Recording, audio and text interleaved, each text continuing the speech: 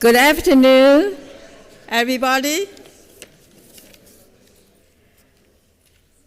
My name is Su-Liao Chen, co-chair of the Petersheim Academic Planning Committee. Welcome to the 30th Annual Petersheim Academic Exposition, where our theme remains the same each year: to share, to honor, and to unite Seton Hall University community. Thank you for joining us in Bethany Hall and virtually. I now call the meeting open. Before we begin, just a few safety reminder. This is a large room. In the event of any emergency, probably not, please note that the exit sign on both sides of the wall, we have three on this side, and then 4 exit sign on the right-hand side of the wall. We'll begin, or we already started luncheon a bit earlier. Before we continue, I'm pleased to introduce Father Joe Larissy, who will offer the invocation. Father Larissy is a priest of Archdiocese of Newark, a member of faculty, and a part of our priest community.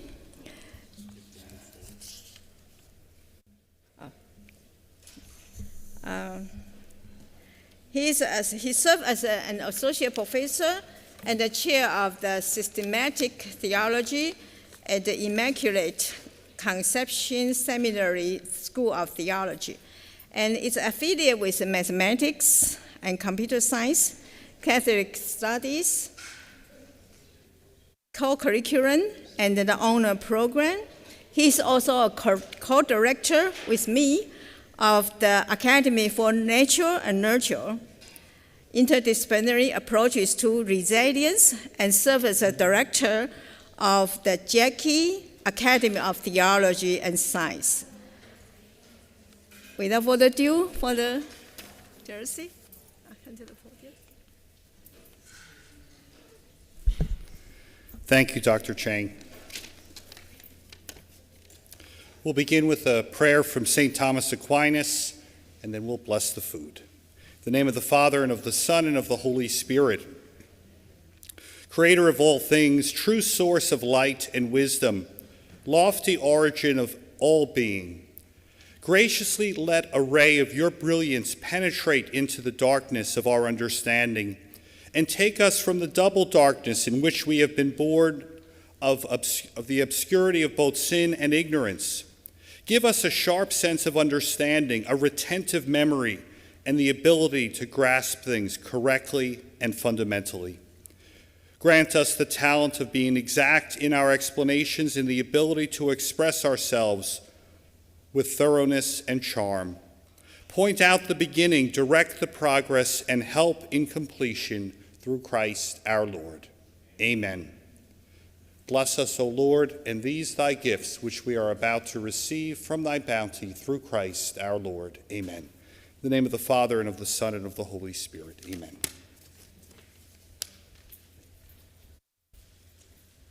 Okay, for those of you who haven't get the food, please pick up the food from the back of the seat, and we will show you the movie.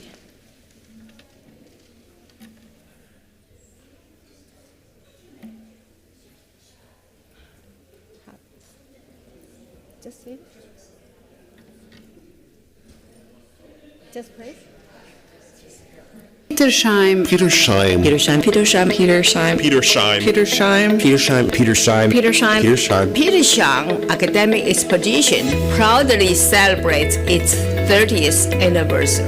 What Petersheim has offered over the last 30 years is an opportunity for our students to take what they've learned in the classroom, bring it into the real world, and experiment with it, do further research on what they've learned, and expand upon what they've been doing in the classroom. As far back as I can remember, when I first came here, there was a week called Petersheim Week at Seton Hall. I remember so much of it being so student-oriented, and I quickly, came to learn what it was and to see how great it was. I've been involved with the Petersheim Expo for the full 30 years of its existence. I am proud to say. I do everything I can to support it because it is an amazing venue. It is a way for our students to be out there showing their work off, participating in public scholarship in ways that many of them don't get to do. I was selected for the Petersheim Student Travel Award, and with that award I was able to travel to Louisiana and present at a national conference. Overall, it was a great experience to be able to travel with my work and be recognized for the research that I did. So my presentation at the Petersheim Academic Exposition has been recently invited by an NIH officer to present at national meeting for Society for Neuroimmune Pharmacology. Last year, I had the opportunity to present at the Petersheim Academic Exposition, which gave me the tools to present and compete at ICUNJ's Undergraduate Research Symposium. If I were a freshman at Seton Hall University, I will focus on my coursework and aim for a strong GPA. Beyond the classroom, I would apply what I learned through research and get involved in actual curriculum activity. The Petersheim Expo will be one of the most meaningful experiences for me because it brings everything together. The skills that you develop at an academic conference like Petersheim are just so important to the research experience. It's one thing to be in the lab and doing our research, but to be able to go and engage with our colleagues, engage with peers, is really something that really develops the research experience. I take so much away from it, and I'm truly grateful to Seton Hall and to the Petersheim committee. I've learned a lot, I think, by being on that committee, just by all of the fantastic research that I get to witness. It's really been great being on the committee, sort of having a front row seat to some pretty groundbreaking stuff. This is allowing the rest of the community to be aware of the different research that is happening here at Seton Hall University. And that is the kind of welcoming community that you can only find here. And it's a true honor and privilege to work on that every year. I had the privilege of participating in Petersheim, talking about disability and access to voting.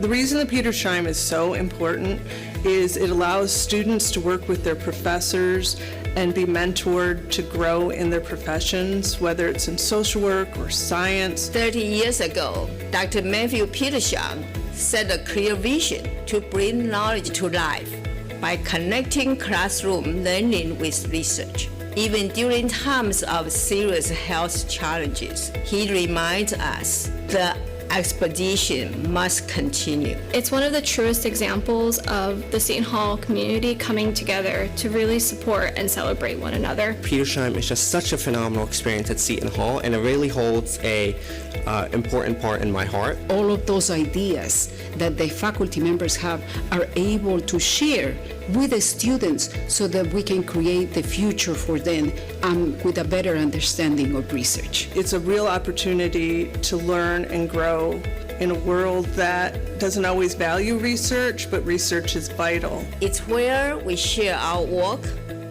honor our effort, and unite with peers, faculty, and alumni. I mean, I guess one final thing I could say is, so this is our 30th anniversary, and we're not hoping for another 30 years, we're hoping for another 300 years of academic exposition moving forward.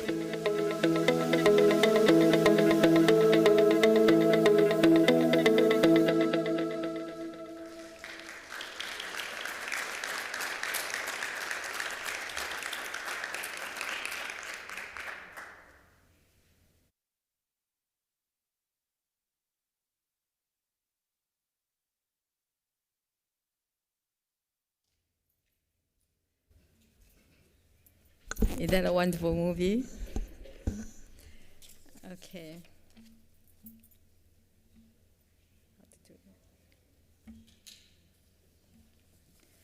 Okay. We are living in a time of extraordinary access to the information. Yet the deeper question we continue to ask at Seton Hall University is how we transform information into understanding and understanding into wisdom. At our 2025 opening ceremony, our keynote speaker today, Dr. Jose Lopez, challenged us to reflect on the relationship between human intelligence and artificial intelligence. Since then, AI has advanced rapidly and become an integral tool across our campus, shaping research, teaching, and collaboration. In my own work in the laboratory, AI-driven bioinformatics tools has enhanced how we analyze complex and high-dimensional data and generate insight, reminding us why AI can process information, human intelligence actually give it meaning and purpose. Are you agree? With this in mind, the Exposition Committee has invited Dr. Lopez to continue this important conversation and help us to explore how AI can move us beyond information towards true understanding and wisdom.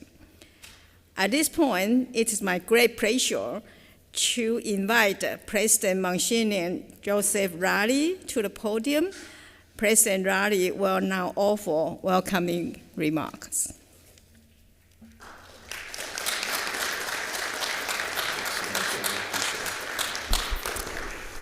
Much, Suli. It's good to be with you today. And the movie was a beautiful movie. I said to Dr. Lilquist, at least he has a second suit. He had a different suit on than he did last year, so that's at least a positive thing.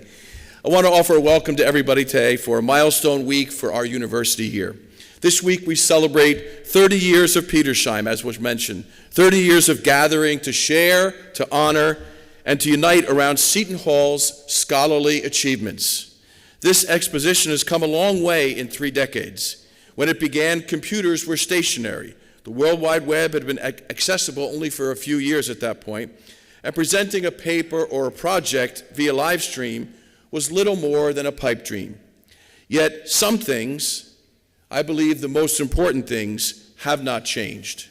For 30 years, the Petersheim Exposition has rightly shone a spotlight on Seton Hall's contributions to the storehouse of human knowledge. It celebrated our successful search for truth and lauded the people in our community who used their God-given gifts to advance the common good of the human family. This year, we're applying our expertise to topics as diverse as robotic surgery, geology, addiction treatment, and Japanese digital storytelling, just to name a few. These posters, projects, and presentations verify Seton Hall's reputation for outstanding scholarship, and they highlight the teamwork between students and professors that yields truly outstanding results. The new knowledge that will be on display this week represents countless hours of research, of modeling and testing, of review and interpretation. This work already has provided countless benefits to both students and faculty. Yet we're all richer for their curiosity, for their determination and applied intellect. I want to thank everyone who helped us to make this 30th anniversary celebration so successful. Our faculty and student researchers, everyone on the Petersheim Committee, and volunteers from across the university community. From this vantage point of 30 years, we will honor our academic progress and chart a course to even greater heights. Again, congratulations and thanks to everyone who played a role in this remarkable week. God bless you all and enjoy the week.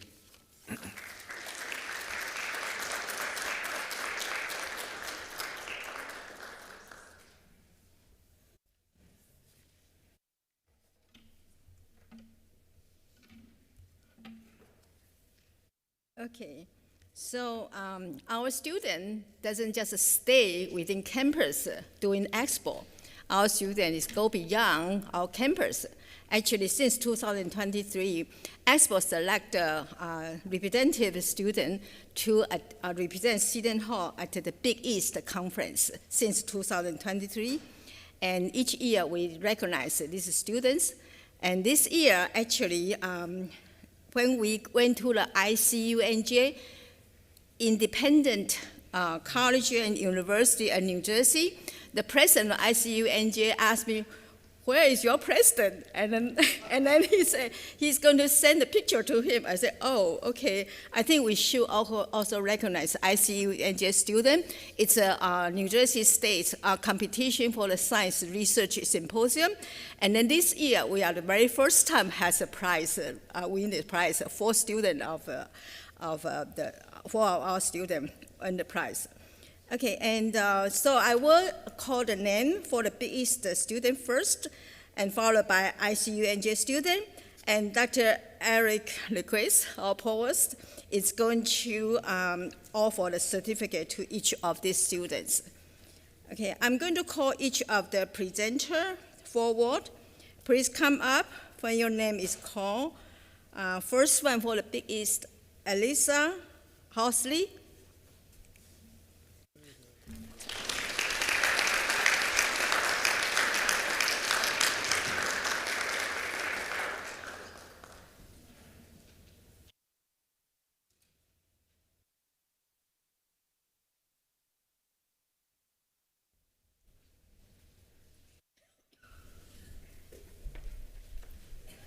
And please stay back. So for the picture with the provost and the president.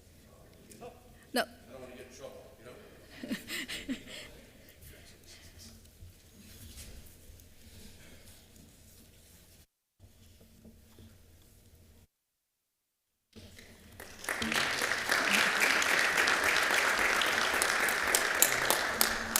know? Next one is Gianna Valleyberg.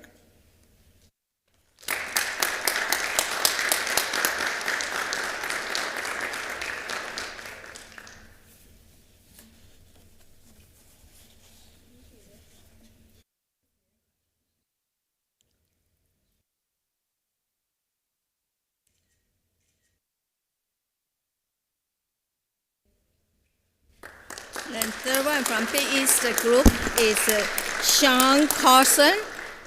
Sean Carson. Up. Oh. She said.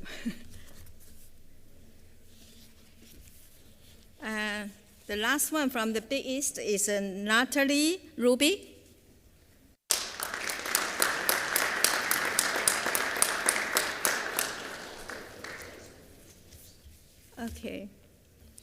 Okay, so the student who signed up to come, the ICU NJ, the first person is Shaji Jawadi.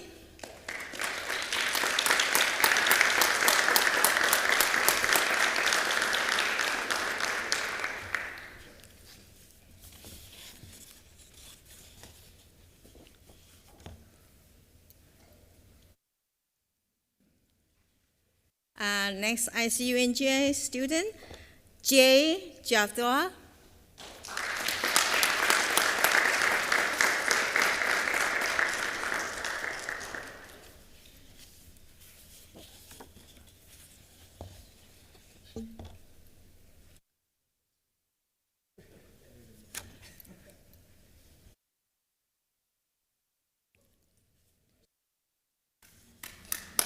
The one from ICU NJ is Jamil Abana.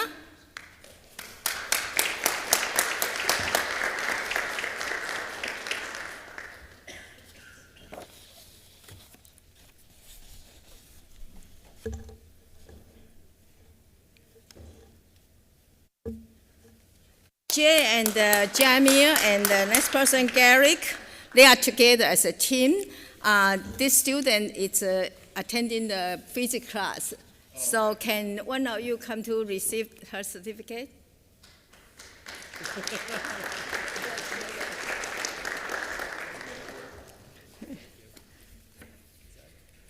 Okay, yeah, thank you. Yeah, right. Thank you so much. And then, see, this is what the Expo setting out the traveling award. And the student actually get the experience and move on outside Seton Hall and they compete in the bigger community. Okay, so now we need, this time we will transition to our keynote portion of the program. It's my great pleasure to invite Provost Lucas again to introduce our keynote speaker, Dr. Jose Lopez.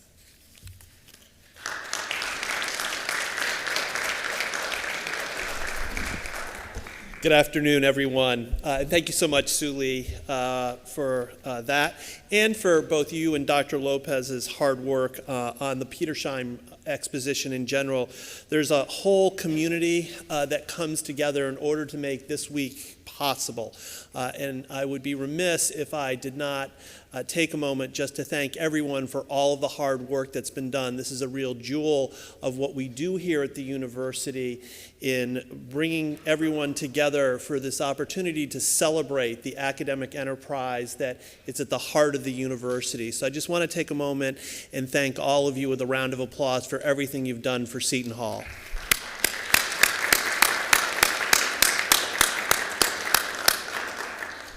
I also want to, have not had the pleasure of being at the iCunj ceremony yet, although next year I'll take a look at that. But I do want to call out and congratulate the students who were at the Big East Research Symposium. I know a lot of times when we think of the Big East, we think basketball. It's more than that. The provosts meet on a monthly basis, and the Big East Research Symposium is the result of those collaborations among the academic enterprises within the 11 schools of the Big East. As Suli said, it started back in 2023. It's continued to evolve over time, but not beyond the basketball, the ability to bring all of our students from around the country and have them engaged in an academic presentation at Madison Square Garden during the time of the tournament, and then beyond the floor if they win at Madison Square Garden is really a remarkable thing. And so I'm always immensely proud and just amazed by the effort the students that we have present at the Big East each year. And so want to give another round of applause to those students who Suli was just calling out, both for iCunj and for the Big East.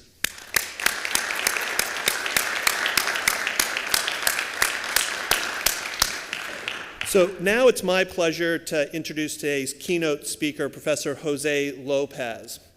Dr. Lopez is a distinguished physicist, scholar, and academic leader here at Seton Hall University, where he serves both as professor of physics and the director of the Office of Grant and Research Services in the Provost's office. Since joining Seton Hall in 2011, he has built an impressive record of achievement in both research and leadership.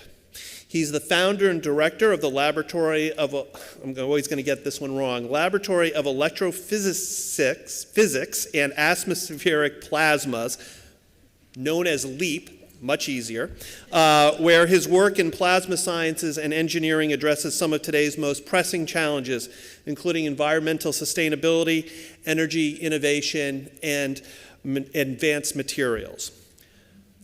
Dr. Lopez's research has had a meaningful global impact, particularly in areas such as water purification and ozone generation technologies.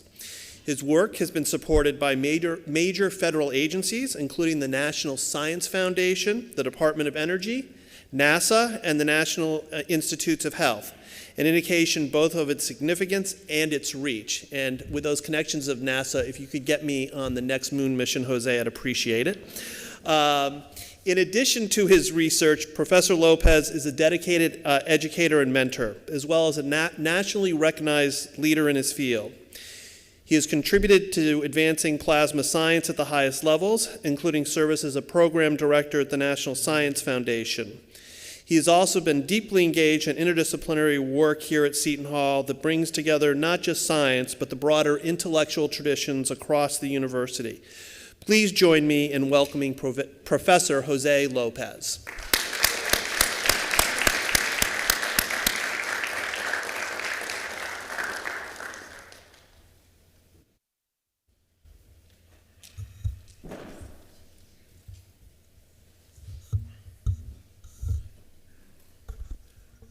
Thank you, Dr. Lilliquist, for presentation for your presentation there.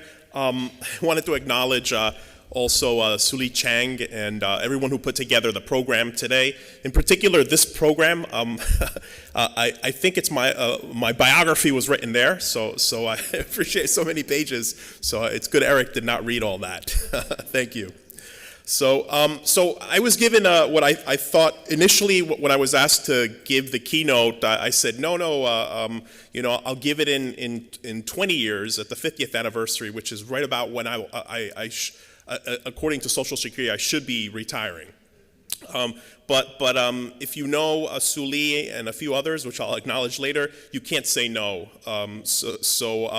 My speaking fee, of course, is multiplied $1 million times 0, and I was a good price. So I was asked to talk about artificial intelligence, and that is a topic that when you're right now is I'm surprised Monsignor Riley did not mention it because we have lots of that going on this week, artificial intelligence.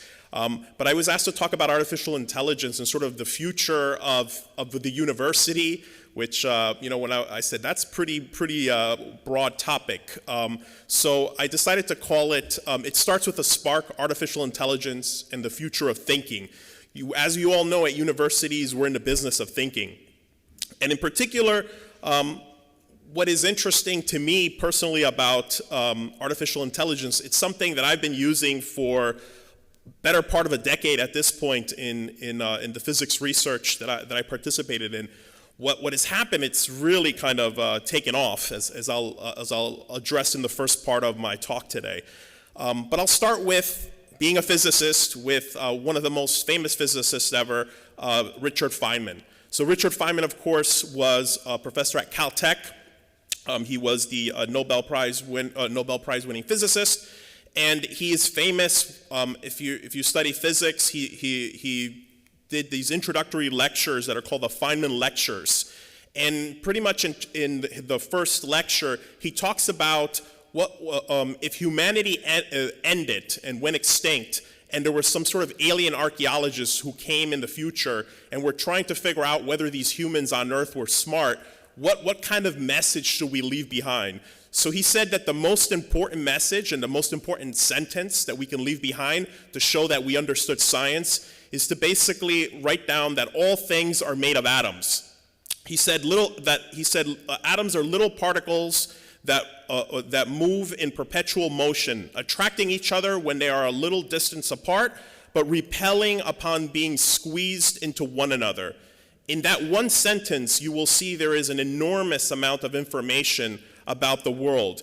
With just a little imagination and thinking are applied to it. So I think that's sort of the spirit of today's keynote of what I would like to point out.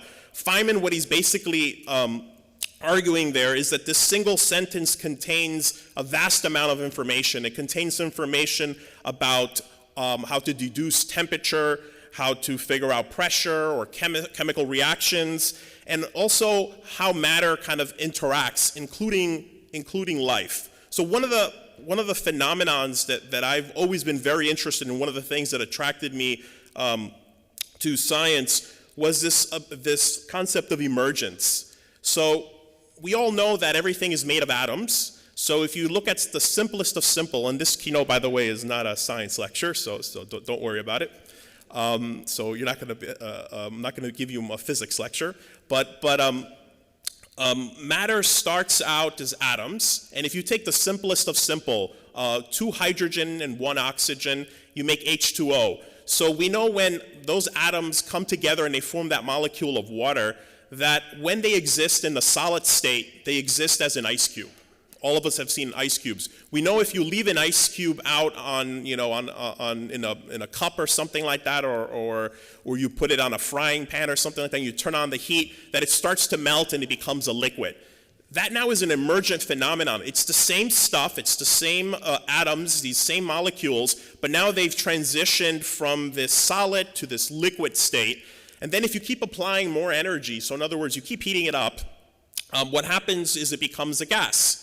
Now, if you keep adding more and more steam, if you keep adding more and more energy to it, what happens next is that H2O starts to break apart, and you start creating what's known as the plasma state, where you have electrons and other charged particles that are kind of zipping around there that come out of the atoms of hydrogen and oxygen in that case. And plasma, of course, is as was mentioned earlier, is the phenomenon that I'm most interested in, that I've dedicated a large portion of my life to studying. A plasma is colloquially known as the fourth state of matter, although I argue that it's really the first state of matter, when the universe began in the plasma state. But 99% of the visible stuff that we can see in the universe, or what we usually call in physics ordinary matter, finds itself in this state. And this is effectively an emergence that has happened there. Another emergence where you just talk about atoms, carbon and oxygen and nitrogen coming together, is the emergence of life. So there's a very famous experiment that was done at the University of Utah in the 1950s, the Urey Miller experiment. It's been replicated more recently, as far as a few years ago, where scientists basically tried to simulate what life was like at the beginning of the Earth. So about 3.5 billion years ago, when the Earth was relatively newborn, it had just formed, and the oceans had just formed. We know that there was water on the surface of the Earth. We are a water planet. And what was happening, of course, at that point there was a lot of really interesting chemistry going on there. In particular, there were lightning bolts, another example of plasma. And these lightning bolts have been shown that when they interact with carbon molecules in liquid, that they cause a formation of cell walls, or in some case, the precursor of life. Not exactly life. We haven't been able to replicate life in the laboratory, but we believe that it emerged from this phenomenon of rearrangement of atoms. And of course, even more amazing is the emergence of intelligent life itself. Right? We have this image here of life coming from the ocean, coming to land, and then through the process of evolution becoming more and more sophisticated, obviously getting to the point where a lot of life lives on land, including us, including humanity. And one, of course, the interesting thing is there's lots of life, and some of it is intelligent.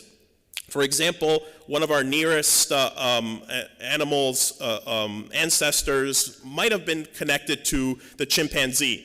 And the chimpanzee, as we know, is extremely intelligent. Some of them have the cognitive abilities and even abilities to communicate like 5-year-olds, obviously not speak, but in sign language.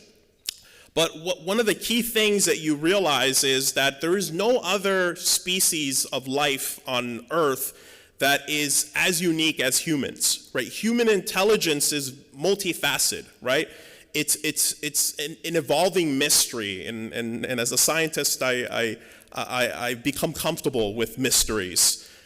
We know that human intelligence is characterized by its unique ability to do abstract reasoning, to develop language, to create tools, to create culture, and all of these forms. And intelligence is not, I have an image there of the human brain and sparks coming out of different parts of the brain there.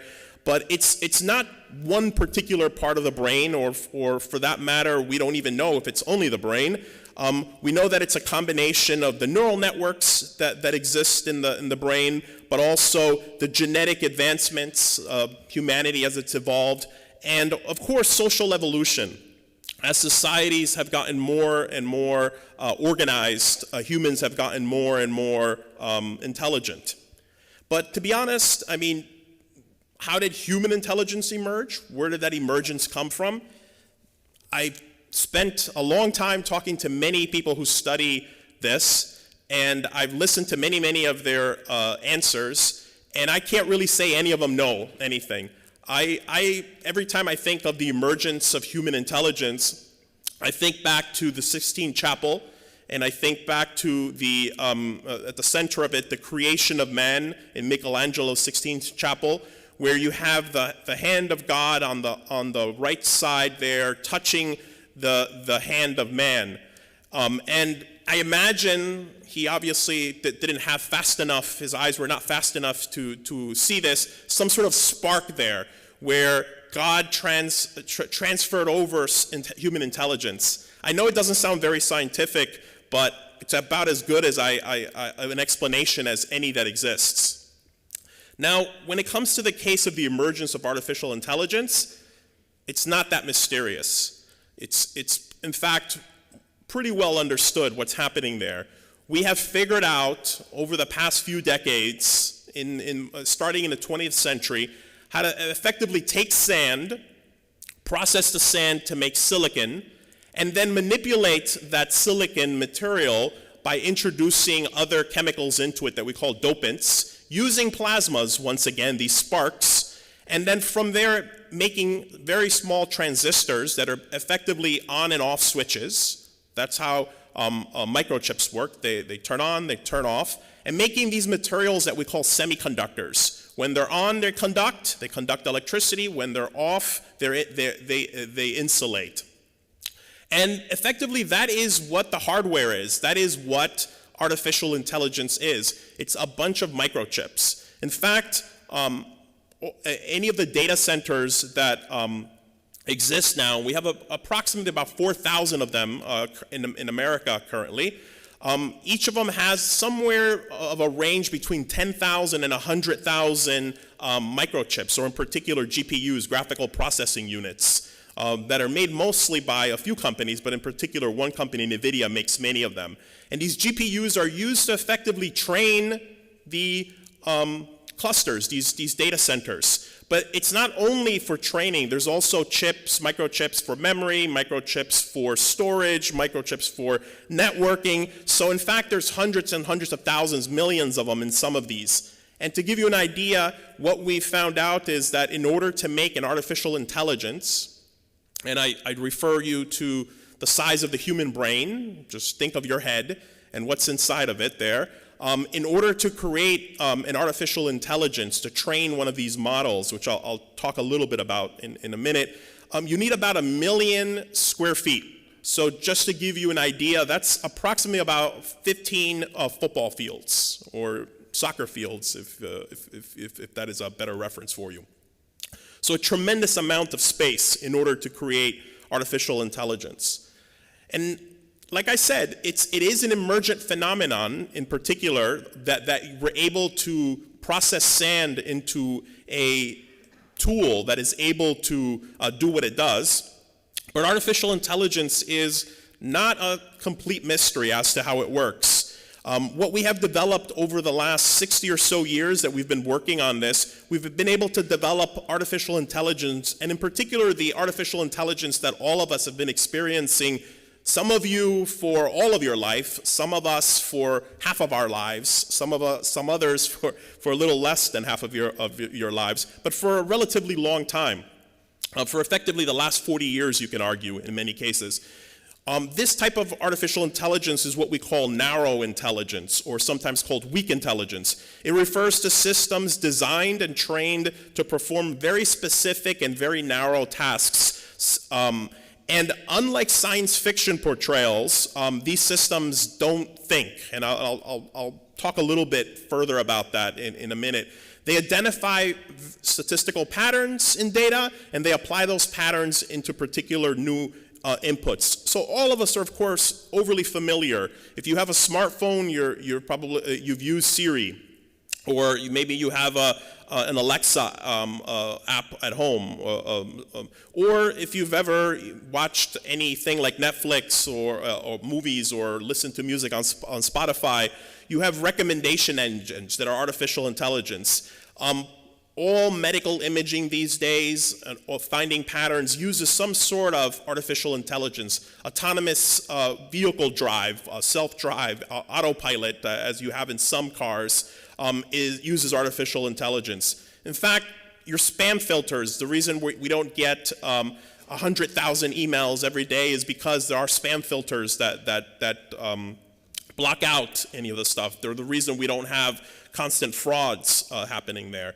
And of course, what has sparked a lot of people's imagination has been large language models, things like ChatGPT or Google's Gemini artificial intelligence. So how do they work? All of these artificial intelligence rely on a few things. Machine learning, in which the machine, and I'll go a little further into that in a minute.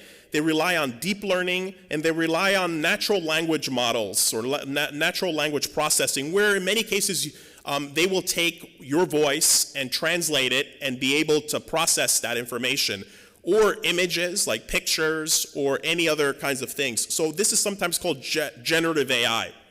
So every AI system you interact with today is narrow AI. I want to emphasize that. These systems excel at specific tasks, often surpassing human intelligence, but they cannot transfer knowledge across domains or reason about the world the way humans do. Their power comes from processing vast amounts of data through mathematical models, not from what we would consider genuine understanding.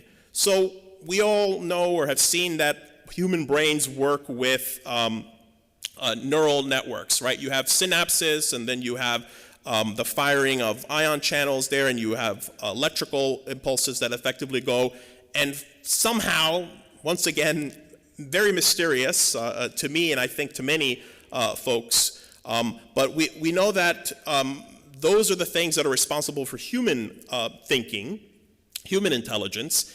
In the case of artificial intelligence, they're not anything biological. They're not even hardware. They are programs. They're effectively algorithms, and they're called artificial neural networks. And their structure is pretty straightforward, as I show you in the image here in the center, where you have an input that comes in, and the input receives some raw data. It could be pixels from an image, it could be words, it could be numbers. Most of the time, when I've worked with them, they were numbers with AI. And then what happens is you have a lot of hidden layers, multi-layers there, and those are where the real interesting things happen, and where it really, in some cases, is kind of mysterious, but if you spend a bunch of time and you kind of look into those hidden layers, you can figure out what's happening there. And then you get some sort of output that comes out of it there. Now, what has happened in the past few years is, in particular, is that there's been a new development in the architecture of artificial intelligence, in particular in what are called transformers. So transformers were discovered around 2017. They were discovered by Google, and the Google researchers published a paper that says attention is all you need. And from that idea where you can take a bunch of words or pixels or whatever it is, and instead of looking at one at a time, you look at them all simultaneously in one shot, that is where the real emergence, in my opinion, has happened there, where it's able to take all of that and make very, very quick sense of what's happening there. So how artificial intelligence works, it takes data, it learns from that data, it then goes through a model, some sort of large language model in some cases, or any other kind of, and then it makes a prediction, and then it sort of repeats that process there. So the key insight here is that at its core, all artificial intelligence works by finding mathematical patterns in data. Every AI system you interact with is narrow AI, powerful within defined tasks, but lacking true understanding. The power of AI comes from the processing of vast amounts of that data in mathematical models, not from genuine understanding. So where does that, what is effectively the difference between human intelligence and artificial intelligence? Well, we know human intelligence, as I was trying to allude earlier, took a really, really long time to form, millions of years in some cases. Artificial intelligence, we've been able to figure it out in less than 100 years, basically starting in the early part of the 20th century. We know that human learning is a very slow, tedious process. It requires a lot of social interaction in some cases, and it requires a lot of struggle. In the case of artificial intelligence, It's very quick. It's a statistical patterns. It looks for these patterns. It tries to make sense of them. It gives weights to certain things and other things there. And it's able to do this very, very quickly. Its processing ability is incredible. Humans, of course, we have the ability to reason. Abstract concepts, intuition, gut feelings we talk about. We have the ability to reason through things. In the case of artificial intelligence, they are pattern recognizers. They basically match different patterns that have been fed to them, that they've learned over a time, that have been trained on this to do that. We know human intelligence has all sorts of creativity. I showed you earlier Michelangelo's Sistine Chapel. The creativity you get from artificial intelligence, although impressive, is still derivative. It still comes out of human development. And of course, we know that there's limitations to both human intelligence and artificial intelligence.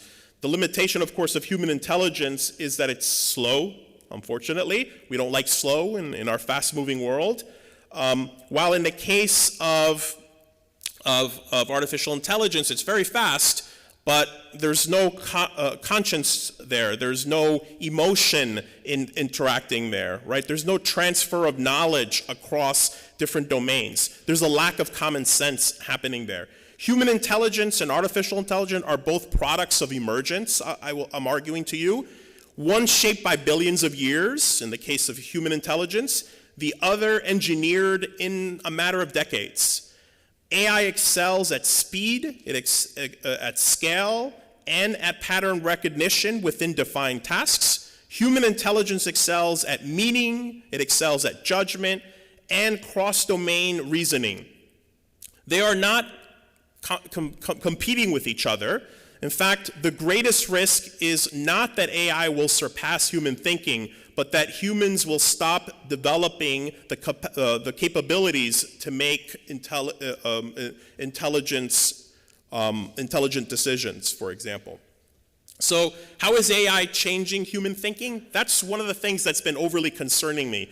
I'm in the business of effectively looking at how we can do research and how we can discover new things. So when we work with different technologies, like, for example, our notebooks, or a calculator, or a computer, what we are doing there is basically, in many cases, where what we're doing cognitive offloading. So in other words, you might be taking some notes of what your professor is saying in class. You might be maybe recording what is being said there. But you're still putting all of that information together so you can go back at one point later on and study it more deeply and more fully and understand it better. Now, the real danger, in my mind, that artificial intelligence brings us is we, in some cases, can now outsource. So we can outsource our thinking to it, or what is become known as cognitive outsourcing. So this is the fundamental danger, I would argue to you. When you ask AI to answer a question or solve a problem, you're not freeing up mental space like you are when you write it down in a notebook. You are basically handing over the cognitive work itself if you let AI do it. The answer arrives without any mental effort and without any struggle. And remember, struggle is where learning happens. So lots of research. I looked at multiple studies that have been done, and many of them are showing that there's higher confidence in artificial intelligence, and the higher that confidence is, the less critical thinking that happens. There's other studies that show that frequent use of AI shows significant negative correlations with critical thinking abilities. Other studies show that AI creates augmentation illusion. So in other words, the appearance of competency where there is incompetency. In other cases, the routine use of AI causes cognitive debt cycle. So in other words, people become worse at thinking, at reasoning, at putting things together. So natural thinking requires struggle, Obviously, AI doesn't struggle much. It consumes a lot of energy, but that's a whole other story, something I'm not going to touch upon. But we know the struggle comes from asking questions, and then from that struggle you explore, and that leads to what I'll argue is deep understanding. That's where you start to become an expert. That's where you start to really understand things. If you outsource to AI, then you might learn something, but it's a surface familiarity that you might end up having with the material that you've learned. In particular, when I've been looking at AI in scientific research, over the last 3 years or so, when many of these AI systems have taken off, it's been very interesting. Some of the very interesting study, there was a study that was published in Nature late last year in 2025, where they looked at 41.3 million research papers across all fields ranging from biology to geology to physics. And what they found is that most scientists, the majority of scientists, are using artificial intelligence, are using AI to do research. And if you look at the graph over here, you'll see that the blue line is scientists that are not using AI tools. The red are scientists that are using AI tools. And one of the interesting things that this study found is that scientists that use AI tools are 3 times more likely to publish more.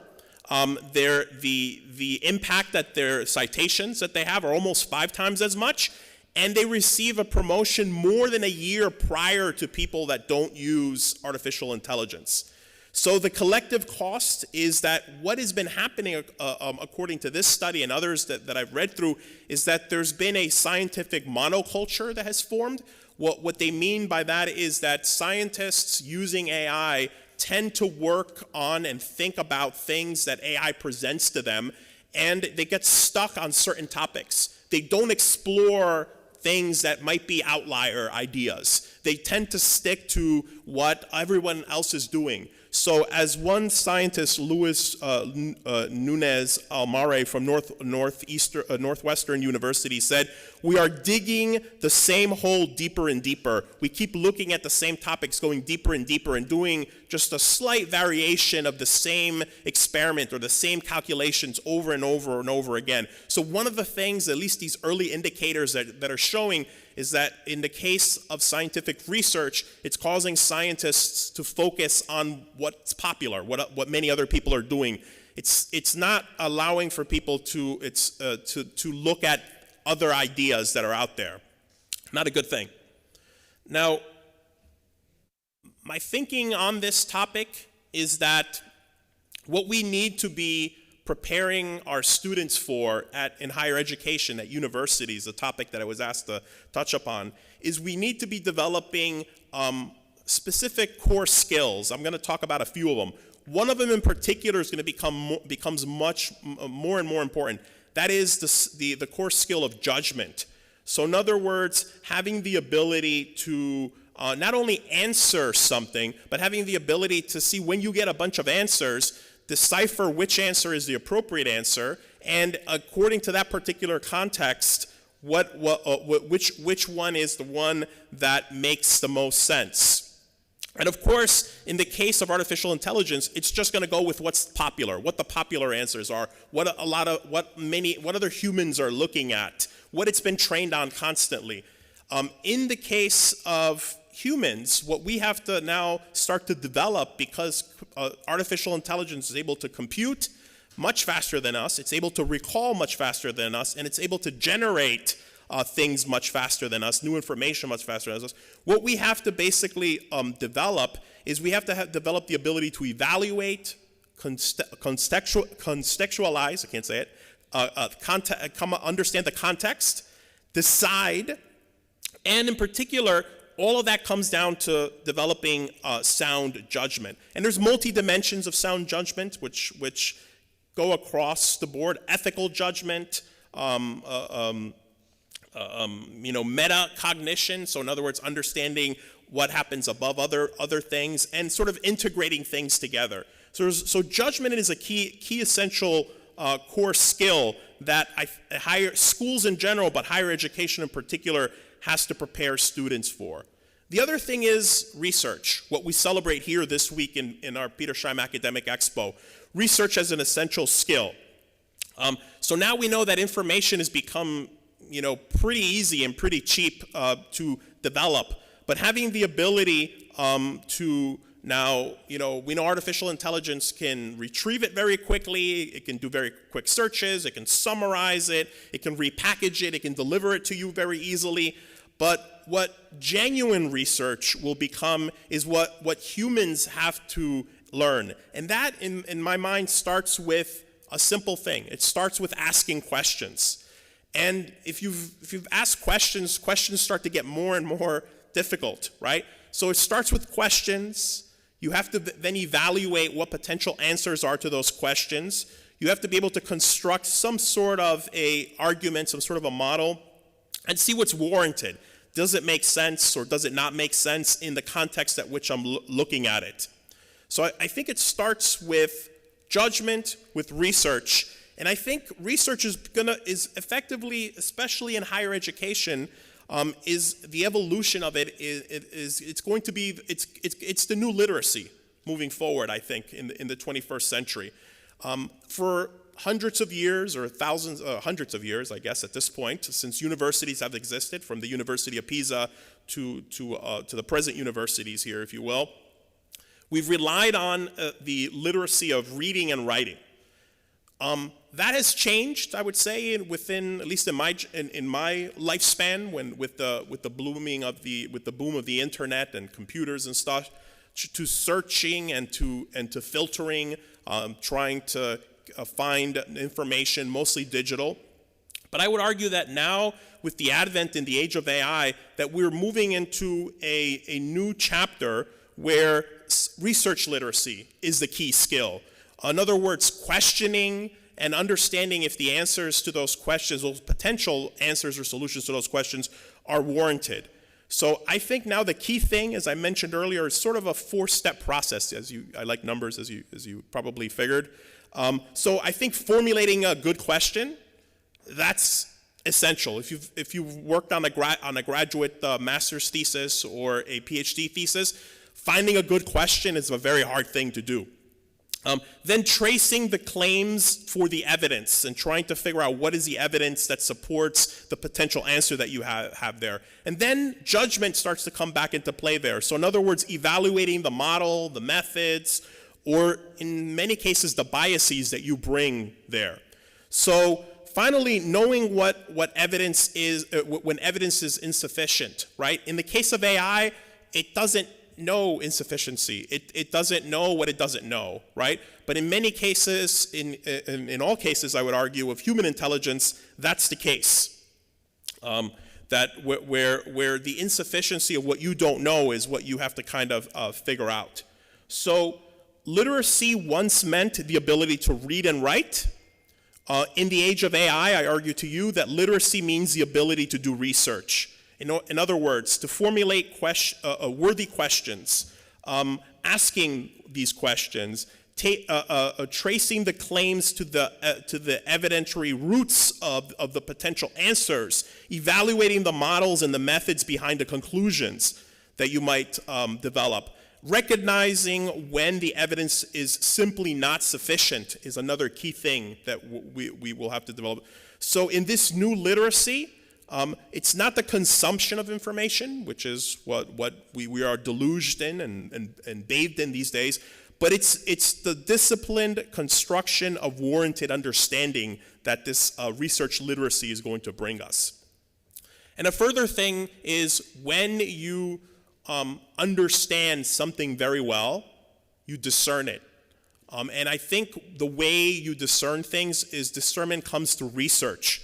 So what is discernment in my perspective? It's the ability to perceive, to understand, and to judge situations or details clearly, especially when they are not obvious, right? AI can't figure things obvious. You show it many pictures of dogs, unless it's been trained, it's not going to be able to distinguish between a German Shepherd and a poodle. So discernment involves keen insight, practical judgment, and the capacity to distinguish truth from error or the details from similar options. So discernment helps people determine what matters. What is your purpose of your life? Why are you studying accounting? Why have you found the vocation of the priesthood? Discernment leads to human development, and as Suli talked about earlier, I believe discernment leads to wisdom, which is fundamentally what universities, what we want you to prepare you for. So how research builds discernment? Once again, I'm going to emphasize my 4 points: through questioning, evaluating the evidence that you find to try to answer your questions, constructing the knowledge that you have there, and warranting the claims, backing them up. So what are the paths to wisdom? Research and discernment. And I think once you have discernment, that's going to help you determine in what matters. And that could be a personal, what matters to you. It could be what matters to humanity. And what it brings, discernment, and of course it brings personal development, but it also brings human-wide, humankind's development. And further, wisdom. Wisdom is the key thing that we want there. So what does this mean? Getting back to AI, what is the role of AI, in other words, in my mind, in human thinking and in research? Well, you can think of it as having two sort of functional roles. You can have AI as an assistant, so in other words, you use it to do the job that you have, you use it to do it faster, you use it to get the right answers, and in a sense, it automates the known, right? It's stuff that's already been figured out, and you basically just do it faster. So you basically learn how to use another tool. If you want to become if you want to study to be a carpenter, you learn how to use a hammer and nails and how to put structures together. But what I argue to you is the way that if you're here at Seton Hall University, or at any university for that matter, is that you have to think of AI as a tool for thought. AI will help you understand the job. It will help you understand what it is that you're supposed to be doing. If you use AI as a tool for thought, it will allow for higher quality work that has not been accomplished before. If you use AI as a tool for thought, it will allow you to ask the right question. And I think the key thing, where research comes into play, it will allow you to explore the unknown. Being stuck in a feedback loop of where we just know what we know and we don't know anything else, that is my version of Dante's hell. So using AI as an assistant optimizes for efficiency, getting things done faster with fewer errors. Using AI as a tool for thought optimizes for understanding. It develops deeper insight, asks better questions. It pushes into genuinely new territory, into the unknown, in other words. The greatest value of AI for research and for human thinking lies not in replacing cognitive effort, but in amplifying it. The shift from assistant to thinking tool is a difference between automation and augmentation. And you hear that a lot, AI augmentation. I think that's where it's going. So what is that going to do to the university? I think university's role is going to evolve. I think that we are at this point in a transitional state. We are in the business of transmitting knowledge, passing that on in different formats. But I think what AI will push universities to become is it will push our students to become researchers of realities, researchers of reality. So what I'm arguing is, I know all of you are not going to be publishing scientific articles or writing novels or such, so not everyone will publish papers, but everyone will live in a world that's going to be shaped by AI, mediated claims, risks, and decisions. And in the age of AI, higher education's most important task is to teach students how to do research, because research is a human skill that transforms abundant information into trustworthy knowledge, sound judgment, and responsible decision making. And kind of want to summarize these points. If you've listened to a version of this presentation that I've given at other places, or even here at the university, what I'm basically arguing to you are three things. That AI is a new emergent phenomenon, just like atoms have emerged into states of matter, have emerged into life, have emerged into human intelligence. Now you have artificial intelligence. So it is a new phenomenon. It moves us in a new direction. I'm very optimistic, as you might be hearing, about artificial intelligence. But I think what it does, as I've been arguing to you, is that it's gonna challenge thinking, right? It's gonna cause us to rethink how we do it. Are we gonna offload or use it as a tool where we offload some of our thinking and we use it to think? Or is it something where we completely outsource our thinking? And I think the path forward is as I'm arguing, we have to develop students' ability to judge and make judgments, the ability to do research beyond what AI can do, where we go into the unknown, where we research new topics. So what I argue to you is that at my central thesis here, and I'm going to move to personalizing it about Seton Hall in particular, is that AI is the latest in a chain of emergent phenomenons, from atoms to matter to life to the human mind.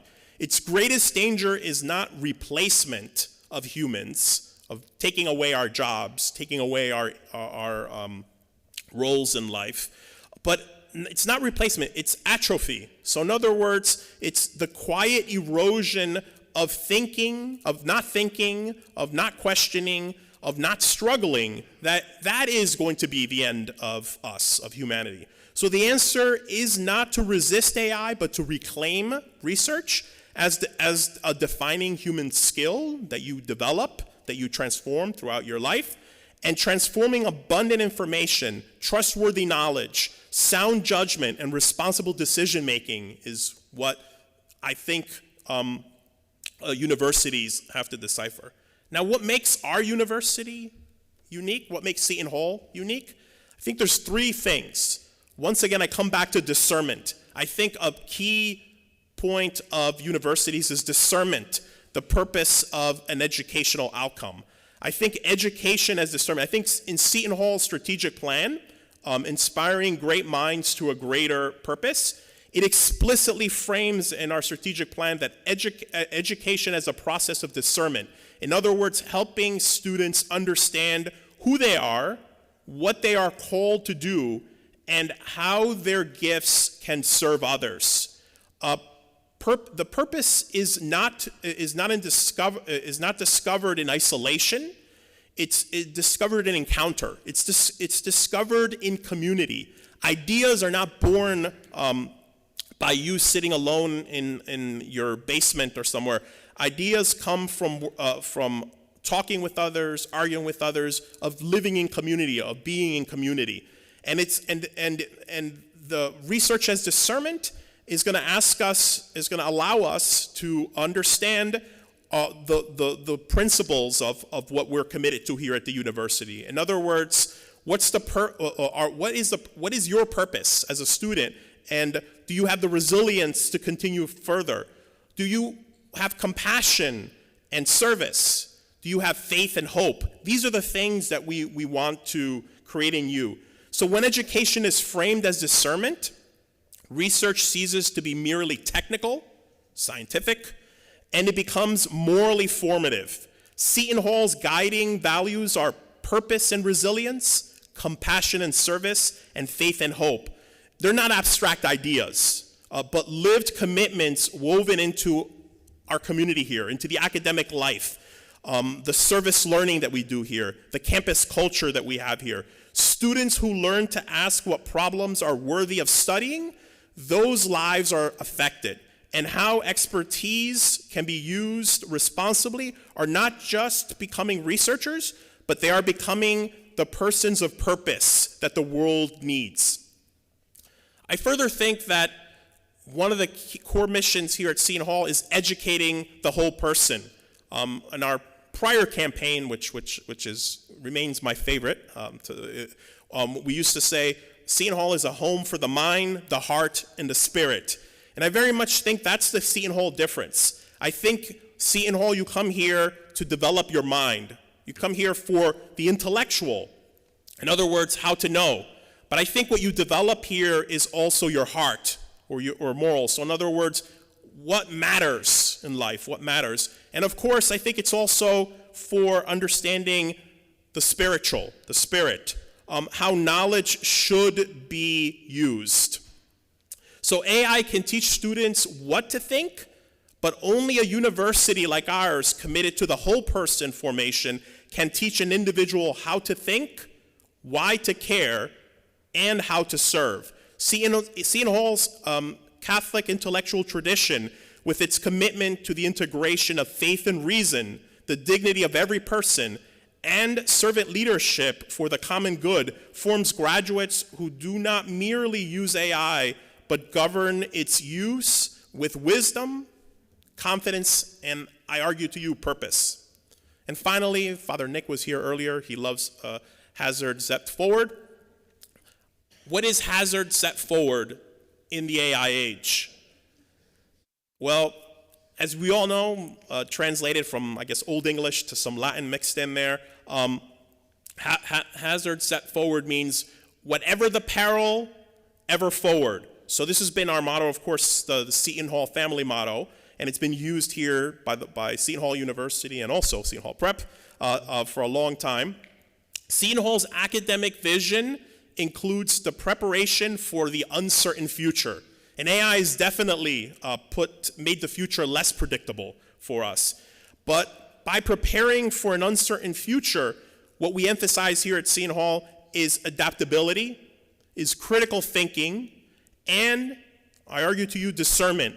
Rather than narrow technical skills, by grounding research in community, in values and purpose, our university helps our students navigate an AI-shaped world with wisdom and with clarity. So I argue to you that Seton Hall does not prepare students by predicting which technologies will dominate tomorrow. I don't have an answer for that. But what we do here is we prepare our students by cultivating adaptability, critical thinking, and discernment. These remain essential regardless of what the future holds, whether AI takes over or not. Grounded in community, values, and purpose, Seton Hall graduates do not merely use AI, they think for themselves, they guard their intellectual autonomy, and decide responsibly when real human consequences are at stake.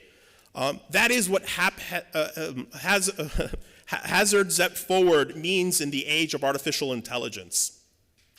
So I'd like to just finally acknowledge a few people here. So this is, of course, the Atom Wall, one of my favorite pieces of art and one of my favorite places on campus in the atrium McNulty Hall. What you have here is the hand of God sending down lightning bolts, sending down sparks, animating the atom. And if you wonder, that's an oxygen atom there. I think what we do here is we like the hand of God. What we try to do here is we try to give you a little spark that gets you going, gets you thinking, gets you moving forward. So I'd like to acknowledge a few people, three people in particular here in our community that really are always on my case, and well, two of them are always on my case. The other one is not. The other one is a very supportive person. So first, of course, Dr. Chang. When she told me, I want you to give the keynote, I told her no, and then she asked me another day, and I said no. So we spent about 3 weeks where I said no, and then she wore me down enough. So thank you, Suli, for pushing us forward. And then Suli's partner in crime is Norma Rubio in the Office of Grants and Research Services. Norma is always on my case, always on my case. And when you have Suli and Norma together, it's you're in trouble. So I couldn't say no after a while. The third person I'd like to acknowledge is Father Joe Larissy. Father Joe just came back from Oxford, from doing a sabbatical there. He's been working on artificial intelligence. We've had over the last 2 years, I would say, tremendous conversations about artificial intelligence. Father Joe got me thinking, maybe AI can really save my soul. Also. So Father Joe, thank you for what you're doing. So I also want to say, Father Joe, thank you, Father Joe. Father Joe is giving the closing keynote talk on Friday at 3 o'clock. So I'm really interested to listen to what Father Joe's thoughts are. And then finally, I'd like to acknowledge all our leadership here at the university. Monsignor Riley, I know your back was hurting, so thank you for standing in the back there. And Eric Lilliquest, our provost, and in particular, everybody on the Petersheim committee. Thank you for helping us put together this amazing, amazing week that honors, where we share, we honor, and we come together, we unite, SHU, around what we're doing, the work that we're doing here. So thank you all, and I guess if you have questions, I'll do my best to answer them. Thank you, everyone.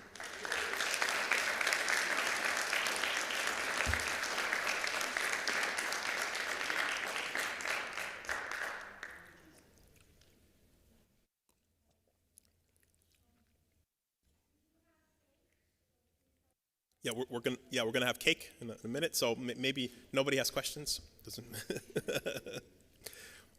in between. Yes, Brian.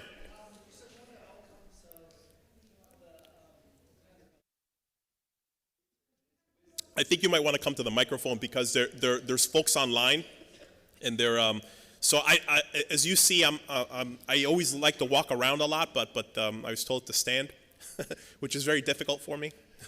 You did a great job. Thank you, Jose. Thank you. One of the outcomes of research you said is wisdom. How do you define wisdom in the context of research here? Very good. Yeah, that's a very great question. I defined wisdom, research leading to wisdom on things that are, for all intents and purposes, and I don't mean to sound corny, that are eternal.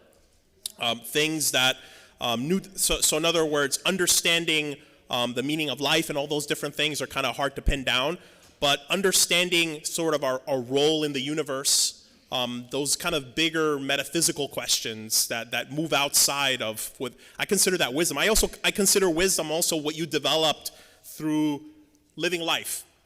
And I think what we do here at the university is we spend, for a few years, 4 or 5 years, depending if you do graduate work here also, a little more time trying to develop in our students the ability to discern what matters to them. And then I think, to answer your question, what leads to wisdom, if it keeps happening over and over, it's basically time. Time is going to lead to wisdom. And wisdom, I hate to give it any sort of specific definition because wisdom for one person is different from another person. So I think living life, and I think that's fundamentally what a great university like Seton Hall should be doing. What we do is we try to develop the person, the whole person, as I was arguing earlier.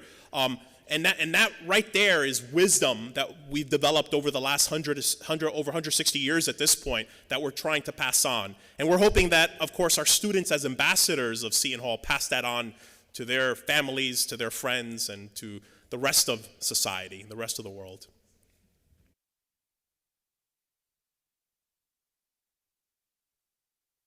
I think Father Joe has a question.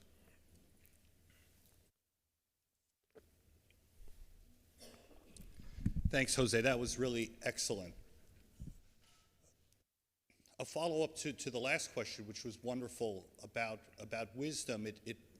Your presentation and the question prompted me to think about something Pope Francis said to a gathering of scientists a few years ago. He was encouraging these scientists to integrate philosophy, theology, and science. And he was saying the integration of those perspectives can lead to wisdom. So it makes me think about all that we try to do in terms of promoting interdisciplinary scholarship. Can you speak for a minute about that? Absolutely. Thank you, Father Joe. So Father Joe's a partner in crime in that. So I've found over time that as I've done research and become a researcher, is that a lot of the interesting things lie in sort of the boundary conditions, right?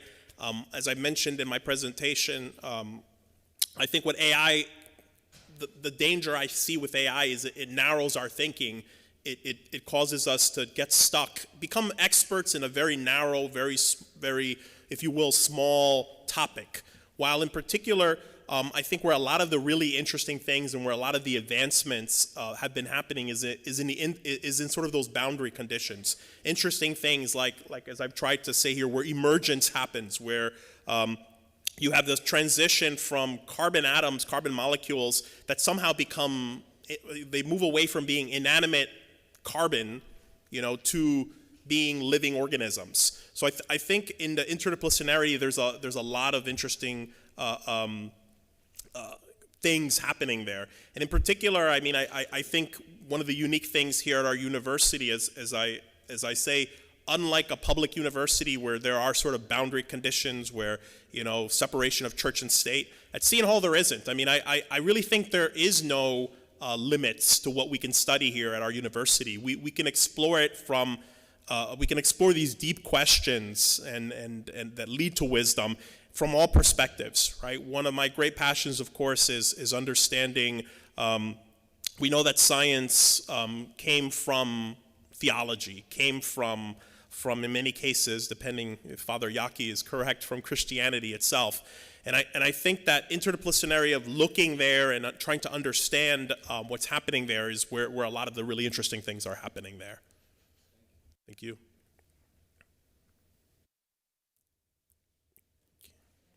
Oh, more questions. Okay. Hi, thank you for sharing. Dr. Lopez, I'm Eric Morey. I'm a senior social work student here at Seton Hall. A lot of my research focuses on the lack of integration. As we've seen, technology advance, we haven't seen that those technological advancements integrate into social services, but particularly child welfare, which is my area of interest. I had a question about cognitive offloading, where I'm having, I guess, a bit of trouble defining where the line is between cognitive offloading and using AI as a tool for thinking, and I wanted to hear your perspective on what that looks like in action. Okay, so what I was saying about cognitive offloading versus outsourcing, in the case of cognitive offloading, like when you use your smartphone to remember that at 12 o'clock the opening ceremony for Petersheim was happening, I think that's totally acceptable use of technology, right? You're augmenting your education in a sense by trying to come here. Maybe you're learning something from being here. Versus outsourcing, where let's forget AI, you tell your friend, bring a tape recorder and put it on the table there and hit record. So I might listen to it later, or you might not listen to it later. You might run it through ChatGPT, which summarizes what was discussed here. That's at the point there where there's no struggle happening in the individual, where you're outsourcing thinking. Like what did this Lopez fellow say today? That maybe there was something interesting there. Artificial intelligence might have listened to might listen to the recording, which will be on YouTube today, and will tell you he emphasized this. But if you watch the video, you're here present today, you might have gotten different interpretations that have a meaning to you, right? That you, as where you are at this point in your life, you found something different from maybe what I was saying even, or what artificial intelligence might have summarized was told to you. So I think that's where kind of the real danger is. I mean, in social work, for example, there's a lot of use of basically taking case studies that worked very well and then applying them, having AI summarize that, and then effectively a difficulty there I could see applying it to every situation, where in many cases, as we know, all the cases have some differences. And I think what you can do with artificial intelligence, I think what it does is it allows, if you have 100 cases that you're working on as a social worker, I think it can allow you to be more efficient, where it can kind of give you an idea of what's going on there. And in some cases, the files that you have there, the notes that you put there, and the thinking that you've done and the research that you have done there can augment how you treat your patients and make sure they're getting the care, the services that they need. I think that's where using AI as a tool to augment, to increase, to benefit your patients, the people that you're helping, that's where it's perfectly fine at that point there. I think that's where offloading is okay. But if you're just, saying, I have 100 patients, I can't get to them, what is the recommendation I will get from artificial intelligence to help them out? And then you just say, okay, well, that seems like a pretty good answer. And then that's the way you help them. That's outsourcing. And that's where the danger, I think, happens. My interpretation of what artificial intelligence is going to do, it's going to expand all the jobs. I think there will be more lawyers. I think there will be more social workers. I think there will be more everything, more physicists, more everything now. But what I think it's going to do, it's going to make what we do at a much higher level and be able to help more people or discover more things. And that's the exciting part in my mind and to me. You're welcome. Okay, so do we have the cake yet, Suli? Because okay, I guess it's time for cake. I'm not running away, so what? No, not. Okay, I can't run away. Okay, so don't run away. We have the cake in the back for our 30th anniversary. Let me take 3 minutes. Give one more Big East recognition for the one Big East student, Chris. Ready? Are you here? Okay, our provost is gone, so you are going to give the... You have to take a picture with Dr. Chang. Yeah, with the co-chair.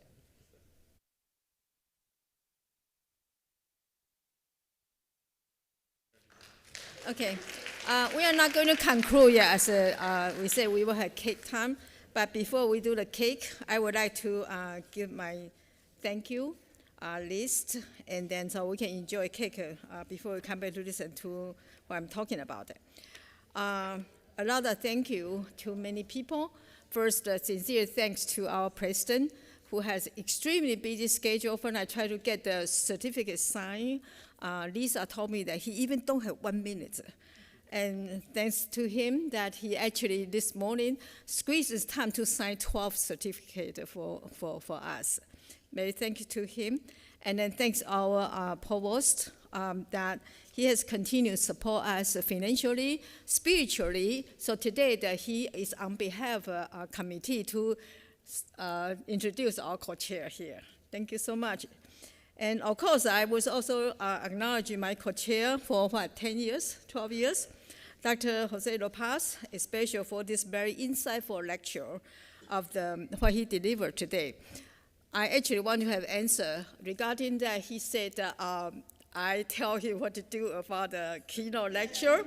Actually, between 2-3 weeks, I say you had to, I even called the committee, vote him, and he still said, I'm going to decline.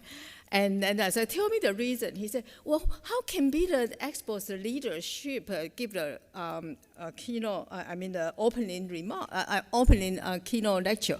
I said, oh, you only work with me 12 some years, 13 years? In the very beginning, after that time, we only have 4 faculty, including me, Dr. Vivian Bardini, Mike Rigorido, and one of the English professor, Mary Morgan, help me to remember her name.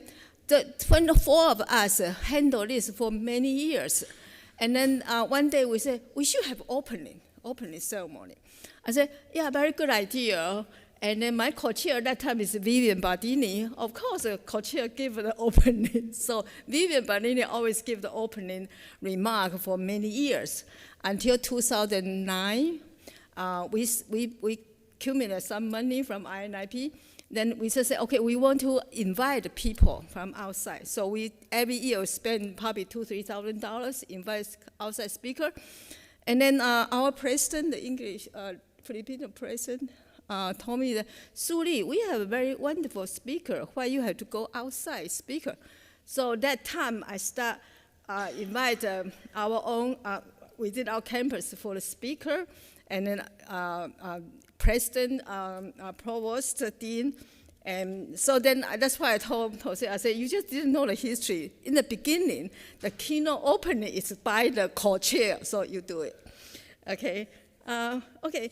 I also like to extend my gratitude to several members who has beginning involved in this Petersheim. To begin with, Dr.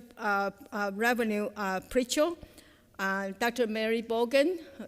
She was there even before the Petersheim was formed. Professor Martha Shang. She really every year I count on her to tell me all the details what to do. Dr. Thomas Marlowe. They really, he joined us on in vitro today.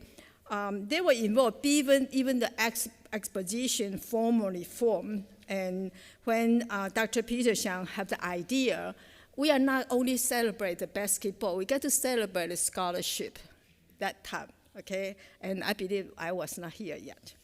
In addition, I would like to acknowledge several guests who have joined us from outside. First is Dr. Min-Kun Chen, my better half in the family. He has supported me all this year.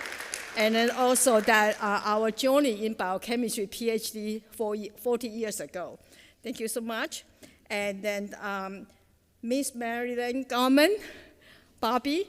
I get to know her because she helped me to develop my research project for SEED project, S-E-E-D.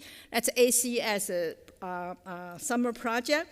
And I submitted my proposal, and then they disproved that, say, this is not chemistry, this is cell biology. I said, I'm biochemistry PhD, what do you mean by that?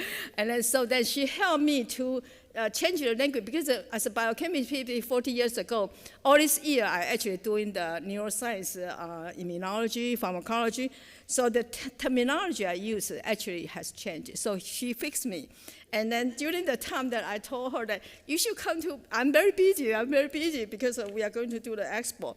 So I invite her to come to see how Seton Hall can offer to the C project student. And then of course I get my project approved. Thank you, Bobby. And the one in the virtual is Dr. Babu, who is currently probably midnight in India. He visited with us, joined us academic position opening in person last year, and this year he actually in virtual, and then he will be also join the INIP symposium tomorrow. Thank you so much, and I hope you all can continue come to our opening or engage our exposition. As a co-chair, I believe you agree with me, we would like to recognize and thank our Petersheim Academic Exposition Planning Committee. I have been saying that without committee, there is no 30 years Expo. That's very true. And really, this volunteer committee, including students, faculty, staff, and administrators. And every time I send an email, which is probably 50 people, they come, and then Jose actually keep everybody ever involved in that. It's an Expo's team site. So this is biggest committee and then very dynamic. And the full commitment, I cannot name everybody, but I would like to ask you to stand up so we can give the proud committee member, please.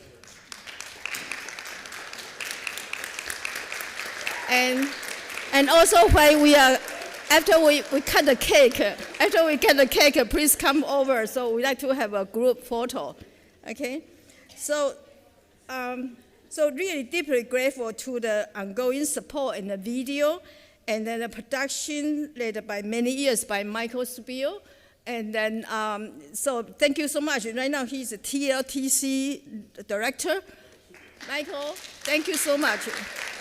And so I encourage you, all of you, visit the Expo website. You will see that beautiful movie again.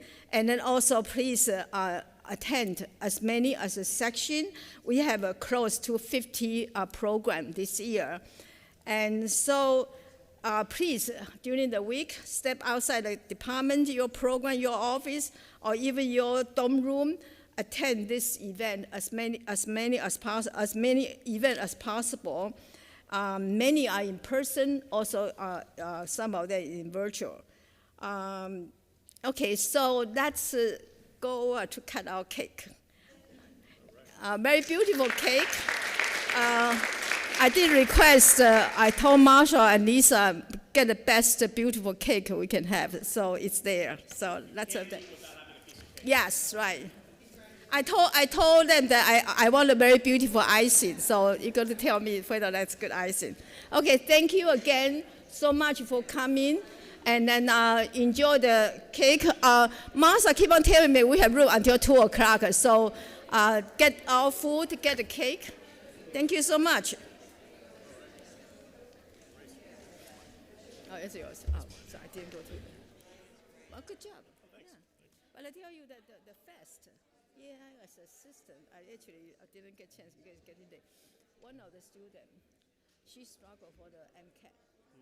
And then she said science, biology, chemistry, all very good, just the reading part, she said she reads slow.